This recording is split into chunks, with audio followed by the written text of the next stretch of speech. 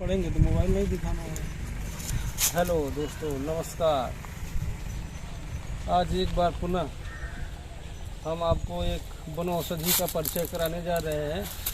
ये है बासा, जिसको अडूसा बोलते हैं, और बासा इसका शास्त्रीय नाम बासा है। इसका बात कफ पर विशेष प्रभाव होता है। ये देख लीजिए, इसको पहचान लीजिए। अब इसमें फूल आ रहा है, ये इसमें कोपल निकला हुआ है और अब फूल आएगा। ये खांसी के लिए विशेष उपयोगी माना जाता है।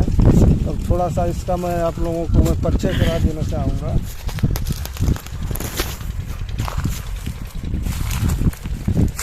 बासा या अडूसा यह एक द्विबीजपत्री झाड़ीदार पौधा है।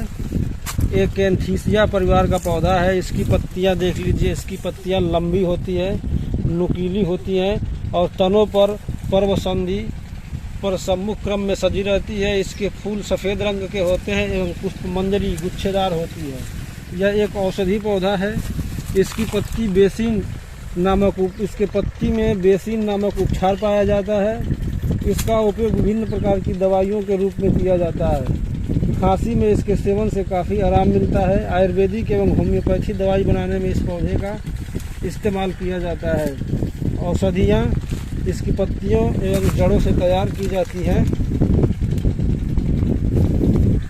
ये थोड़ा गौर से दिखाइए इन लोगों को।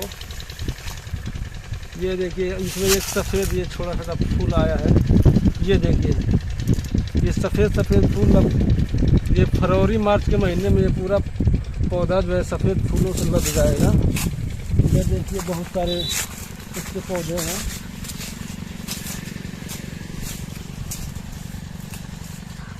ये सब अडूसा का ही तो पौधा है। पूरा बहुत सारा ज़्यादा है इसमें।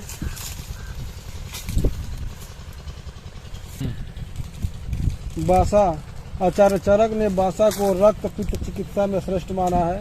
चरक संहिता में दशेमान्य में बासा का उल्लेख नहीं मिलता, परंतु बासा का पत्ता साग कफ पित्त को कम करने वाला होता है। नेत्र रोग और अस्मरी, ब्लड शुगर, कुष्ठ, योनि रोग और वात संबंधी बीमारियों में अन्य द्रव्यों के साथ बासा का प्रयोग मिलता है। सुश्रुत संहिता में क्षार प्रक्रिया में इसकी गणना की जाती है। इसकी 3 प्रजातियां पाई जाती है: श्वेत बासा, रक्त बासा और कृष्ण बासा।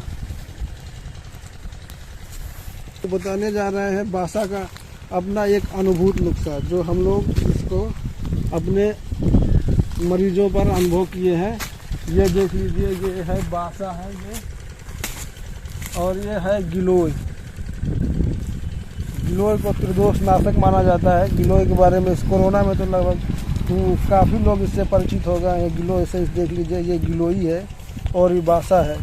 करना है कि अगर बासा का, अडूसा का और गिलोय के पत्तों का या इसके डंठल का रस निकाल लीजिए संभाग, और इसके रस में आप उतना ही शहद मिला दीजिए और शहद को 5 से 10 मिली लेकर तीनों का रस मिला के, बासा और गिलोय का रस में शहद मिला के अगर आप सुबह शाम खाली पेट लेते हैं तो कास, कुकुर कास, खांसी, छतज कास मतलब जैसे खांसते समय आपको खून निकलता हो फेफड़े से, खांसने बलगम के साथ में, कफ के साथ अगर खून की बूंदें आ रही हैं या खून निकलता है, तो उसमें ये आजमाई हुई रामबाण औषधि है।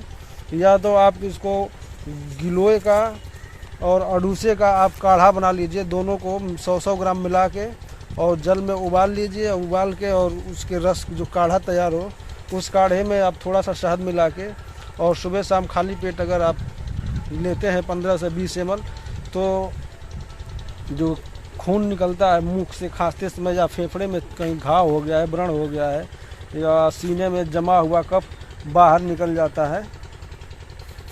तो ये है गिलोय और बासा के योग से।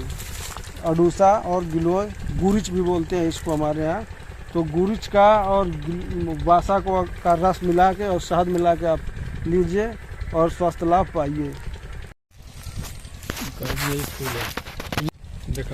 दिखाइए, थोड़ा नज़दीक से दिखाइए। ये है अडूसे का फूल।